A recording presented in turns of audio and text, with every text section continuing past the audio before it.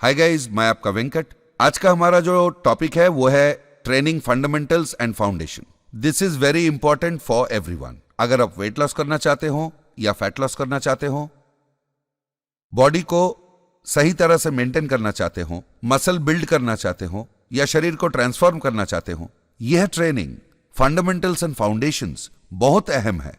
क्योंकि एक बिगिनर सबसे पहले जिम जाते ही इक्विपमेंट्स को देख के कंफ्यूज हो जाता है, उस माहौल से कंफ्यूज होता है, क्योंकि उन वेट्स को देखते ही उसे समझ में नहीं आता कौन सा वेट से शुरू करेगा। इस सीरीज को मेरा बनाने का कारण है आप। कई लोग कमेंट्स में पूछते हैं एक्सरसाइज कैसे स्टार्ट करें, वेट लॉस कैसे स्टार्ट करें, कौन सा डाइट हम ले, न्यूट्रिशन प्लान को किस तरह से डिजाइन करें, मैं जो एक्सरसाइज करता हूं इसके रेस्ट डेज हफ्ते में 1 दिन हो या 2 दिन लेना पड़ेगा। इस तरह के कई सारे प्रश्न। सिक्स पैक बनाना चाहता हूं, हफ्ते में कितने दिन मैं एक्सरसाइज करूं, कितने दिन एब्स को मैं टारगेट करूं। इस तरह कई सारे मैसेजेस आ रहे हैं यूट्यूब से। तो आपके लिए इस ट्रेनिंग फंडामेंटल सीरीज में बना रहा हूं। अब तक इसे शायद हिंदी में किसी ने नहीं किया है।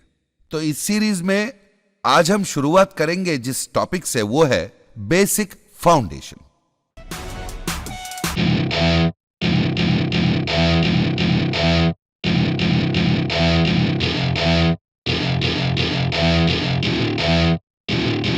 Welcome to my party. में एंटर करते ही फर्स्ट थोड़ा कंफ्यूज होता है, उन वेट्स को देखकर, इक्विपमेंट को देखकर थोड़ा कंफ्यूज होता है।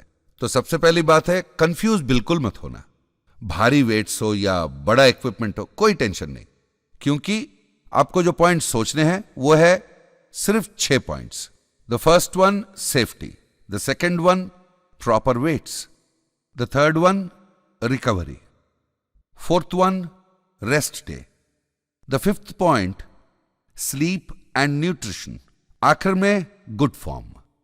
तो पहला पॉइंट क्या है? सेफ्टी। सेफ्टी का मतलब हम जिम में घुसते ही कोई भारी वजन हम पे गिर जाएगा, नहीं, वो सेफ्टी नहीं है। यहां सेफ्टी का मतलब है आप कोई भी एक्सरसाइज कर लो, आप कितनी भी वजन उठा लो, इंटेंसिटी कितनी भी हो, एक बिगिनर के तौर पर आपको एक चीज दिमाग में रखना है, लाइट वेट से शुरू करें, लो इंटेंसिटी एक्सरसाइज से शुरुआत।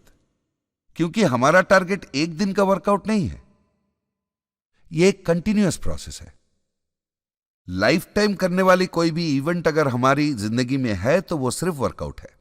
तो सिर्फ आज का ही वर्कआउट कंप्लीट नहीं करना है, डेली अगर हमें वर्कआउट करना है तो सेफ्टी पर हमें बहुत ध्यान देना होगा। लाइट वेट से शुरुआत करना या लो इंटेंसिटी वर्कआउट से शुरुआत करना एक अच्छा पॉइंट है। आपके साथ साथ एडवांस लिफ्टर्स वेट ट्रेनिंग करते होंगे, वो बड़े बड़े वजन से वेट ट्रेनिंग करते होंगे। ये देखकर हमें भी लगेगा कि उतनी ही वजन उठा ले, या फिर उतनी वजन उठाने की कोशिश भी करना गलत बात होगी, क्योंकि वैसे करने पर उस वजन पर आपको कंट्रोल नहीं होगा। उतनी वजन आप शायद लिफ्ट कर भी ले, पर ड्रॉप करने पर फिर से कॉन्सेंट्रिक मोड, एसेंट्रिक मोड पर जब भी हम वजन को पुश करते हैं, एक्सप्लोडेड प्रेस नहीं कर पाने पर वजन खुद पर भी गिर सकता है और गहरी चोट लग सकती है। ज्यादातर इंजरीज इन्हीं कारण की वजह से होते हैं। एडवांस्ड लिफ्टर्स ऐसे वर्कआउट कैसे कर लेते हैं? उन्होंने 10 दिनों में या 1 महीने में ऐसी मसल बिल्ड नहीं की है। वैसी फॉर्म एक दिन में किसी की नहीं बनती, करते करते बनती है। कंसिस्टेंटली वर्कआउट करने से, प्रॉपर न्यूट्रिशन लेने से उनका strength, muscle hardness, muscle strength धीरे धीरे समय के साथ बढ़ता चला गया। उस मसल में उतनी ताकत, उतनी एफिशिएंसी का कारण है कंसिस्टेंट ट्रेनिंग। आपको भी अगर कंसिस्टेंसी रखना है, एक दिन का एक्सरसाइज नहीं, हर दिन एक्सरसाइज, ये एक बात आप दिमाग में बिठा लीजिए। सेफ्टी का एक और मतलब है, आप वेट ट्रेनिंग कर रहे हो या वेट ट्रेनिंग करना चाहते हो, अगर आप मसल बिल्डिंग करना चाहते हो, आपको वेस्ट सपोर्टर यानी कि बेल्ट, प्रॉपर ग्लव्स और वेट ट्रेनिंग शूज, या फिर आप वेट लॉस शेड्यूल या फैट लॉस शेड्यूल में अगर हैं, बढ़िया रनिंग शू यानी कि कुशन वाली शू जरूरी है। इसके साथ साथ आपका एक पर्सनल वाटर बॉटल, एक टॉवेल आपको साथ रखना पड़ेगा। आपके सेफ्टी मेजर्स में यह फर्स्ट पॉइंट है। सेकंड पॉइंट क्या है? Good form. आप अगर सेफ्टी के साथ साथ एक्सरसाइज कर रहे हैं यानी कि गुड फॉर्म में एक्सरसाइज कर रहे हैं। आप जब एक्सरसाइज कर रहे हो, गुड फॉर्म को मेंटेन करना, यानी कि गुड फॉर्म को मेंटेन करना एक एक्सीलेंट टेक्निक है। गुड फॉर्म को मेंटेन कर रहे हैं तो लाइट वेट से भी कर लें, मसल हाइपोट्रोफी जरूर होगा। क्योंकि जब आप गुड फॉर्म में एक्सरसाइज करते हैं तो मसल पर कमांड, मसल इंसर्शन क्या है, ओरिजिन क्या है, पीक कंट्रैक्शन क्या है, हर रेपिटेशन में आपको आपका दिमाग बताता रहेगा, हां मसल स्क्वीज हो रहा है, मसल स्ट्रेच हुआ है, तो ये मेरा एक्टिव रेंज ऑफ मोशन है, आपको पता चल जाएगा। तो गुड फॉर्म का जो है, पहले आपको टेक्निक समझना है। गुड फॉर्म जैसा आपका हो जाएगा, आप इंजुरी अवॉइड कर लोगे। The next one, rest days. Rest days कितने हो एक हफ्ते में? कई लोग हफ्ते में, मेरा तो बहुत एनर्जी है और टाइम भी नहीं मिलता, तो 1 महीने में बॉडी ट्रांसफॉर्मेशन पूरी होनी है। कुछ लोग होते हैं जो 2 महीने में, मैंने सारा काम रोक लिया है, अब 2 महीने में बॉडी ट्रांसफॉर्मेशन होना है। देखिए, हमने सुबह नाश्ता नहीं किया, लंच नहीं किया, रात को डिनर नहीं किया, पर कल सुबह के ब्रेकफास्ट में आज का यह पूरा खाना आप मिला के खा पाओगे? आपके पास 2 महीने का स्केड्यूल है, तो अब 6 महीने और 7 महीने का स्केड्यूल को एक ही साथ ही 2 महीने में खत्म कर लेने की जो इच्छा है, सही तरीका नहीं है। इसलिए आप कोई भी एक्सरसाइज कर ले, हाई इंटेंसिटी एक्सरसाइज अगर कर ले तो 2 रेस्ट दिन लेने पड़ेंगे। आप मॉडरेट कर रहे हैं, आप बिगिनर है, तो आप मॉडरेट एक्सरसाइज के लिए 1 या 2 दिन का रेस्ट आपको लेना ही पड़ेगा। रेस्ट डेज में आपका मसल डैमेज जो भी होता है, ऑब्वियसली आपका मसल रेस्ट मांगता है ना, उसको रेस्ट चाहिए होता है। उस मसल को आप रिकवरी टाइम दोगे तो नेक्स्ट डे आपका परफॉर्मेंस उम्दा होगा। क्योंकि एक्सरसाइज करना एक बहुत स्ट्रेसफुल बात है। बेसिकली एक बिगिनर पर बहुत ज्यादा स्ट्रेस पड़ जाता है। एक बार हैबिट लग जाए फिर वो इजी हो जाता है, कंफर्टेबल हो जाता है, तो तब तक ये स्ट्रेसफुल रहता है। इसलिए आपको किस पर कॉन्सेंट्रेट करना है? फॉर एग्जाम्पल, आप अगर वेट लॉस शेड्यूल पर हैं, सेंट्रल नर्वस सिस्टम पर प्रेशर पड़ता है, या फिर कार्डियक फटीग हो सकता है। कार्डियक सिस्टम पर प्रेशर पड़ने की वजह से आपके एनर्जी लेवल्स कम हो जाते हैं। 45 मिनट के बाद आपका परफॉर्मेंस जो है कम होता जाएगा। ये दूसरे दिन तक रिफ्रेश होकर एक पॉजिटिव वाइब्रेशन के साथ, पॉजिटिव माइंड सेट के साथ अगर एक्सरसाइज करना है, रिकवरी बहुत जरूरी है, रिकवरी डेज जरूरी है। अगर आप वेट ट्रेनिंग में है, मसल फैटिग होगा, मसल डैमेज होगा, तो मसल डैमेज जब होगा उसका रिकवरी कैसे होगा? ये रिकवरी डेज में ही होगा। तो हफ्ते में 1 या 2 रेस्ट डेज आपको कंपलसरी लेना पड़ेगा। The next important point, proper weights. आपका यहां पर टेक्निक होता है वेट्स चूज करना। फॉर एग्जाम्पल, 1 किलो डंबल उठाकर आप 20 रेपिटेशंस कर लोगे, मसल बिल्ड होगा? नहीं होगा ना।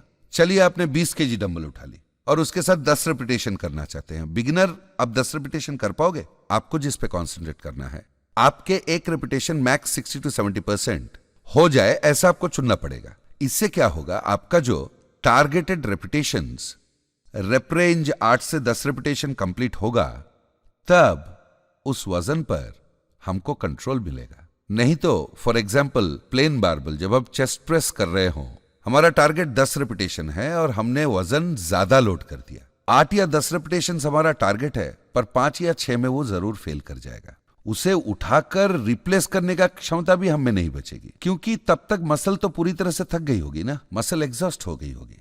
तो ये मसल फैटिग अगर आपको नहीं करवाना है, पहला आपका गुड फॉर्म और आपका प्रोग्रेसिव ओवरलोड, यानी आप जितना वजन उठा सकते हैं उस लिमिट को समझना बहुत जरूरी है। अगला पॉइंट है रिकवरी।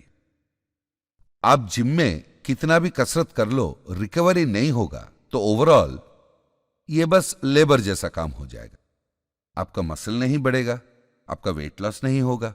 फॉर एग्जाम्पल, अगर आप वेट लॉस शेड्यूल में हो, प्रॉपर 6 या 7 घंटे का नींद ना हो, तो जिस तरह से हार्मोनल चेंजेस होते हैं, वैसे ही वेट ट्रेनिंग करते वक्त भी मसल आपका डैमेज होगा, मसल फाइबर टिश्यूज में आपका डैमेज होगा। तो ये जो टिश्यूज डैमेज हुए हैं, उनको रिकवर करना है तो क्या करना है? नींद बहुत अहम है, रिकवरी इज वेरी इंपॉर्टेंट।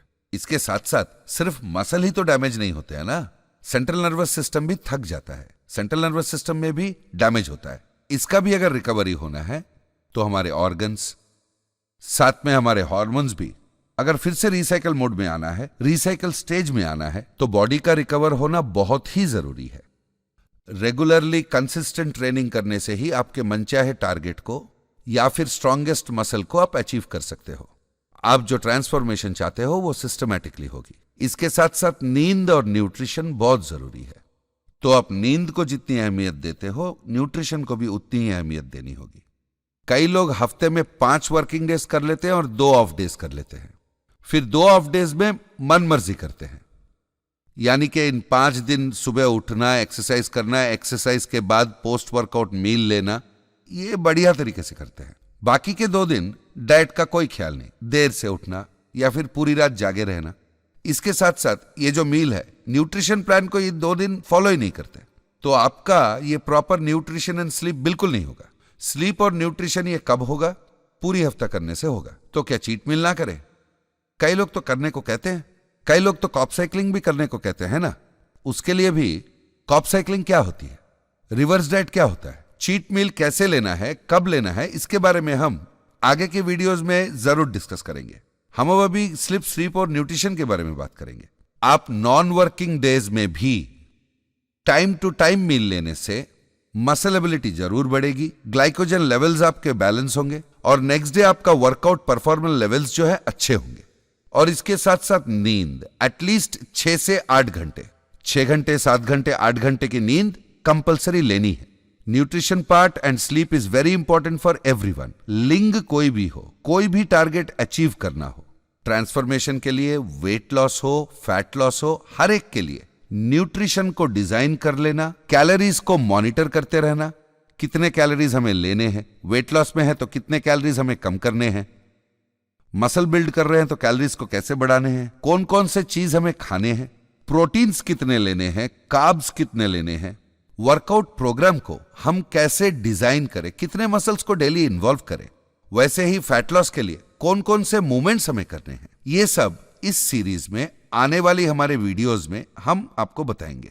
तो इस सीरीज में हम जो चर्चा करेंगे वो टॉपिक्स होंगे beginners workout and diet and intermediate workout and diet plans. तो इनके लिए आने वाली वीडियोस में बढ़िया इंफॉर्मेशन अगर आप पाना चाहते हैं, स्टे ट्यून्ड।